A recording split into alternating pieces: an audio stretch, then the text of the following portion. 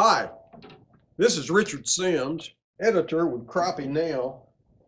In another video that you'll see the link to down below, we just showed you an easy way to strip line off of your fishing reel when it's time to change out. Right now, good old winter time when you may not be fishing as much is a good time to do that. We were using this Berkley line stripper, real inexpensive, great little tool. Now we're going to put new line on. I've already got it tied up on the reel, just using a real simple overhand knot, tightening or cutting off the tag end.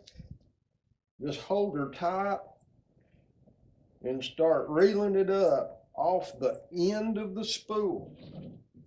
Now, this is the most important part about respooling. You want that line coming off the spool in the same direction as it's going on your reel. Otherwise, it'll twist. There's a real simple way to see if that's happening. After you've put a bunch of line on there, stop for a second and let some slack in your line. And if you're going in the wrong direction, it's going to twist up real bad. Now this one didn't. So I think I'm going the right way. I'm going to go the wrong way and try to demonstrate what I'm talking about. Take a whole bunch of turns right here.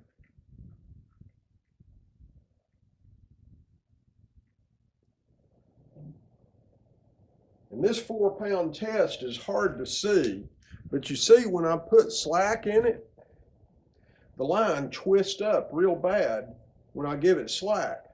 And that tells me I'm coming off the wrong end of the spool.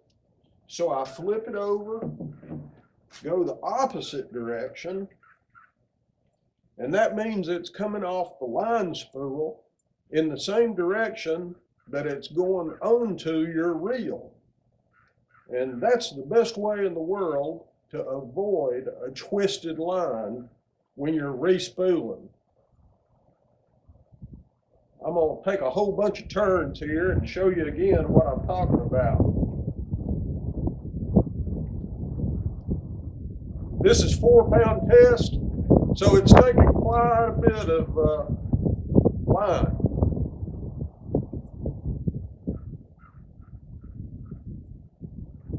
I'm going to check it, put some slack in it, and it doesn't hardly twist at all. So that tells me I'm going the right direction. All I got to do is finish it up.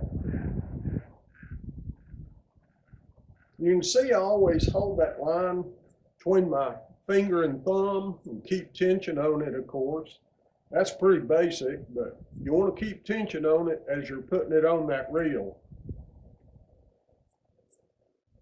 You don't want to go all the way to the edge of the spool. You want to leave about an 1/8-inch gap before it gets to the edge of the spool. Otherwise, especially with new line, it's liable to come off there in one great big lump and create a terrible mess. So don't take it all the way to the edge of the spool.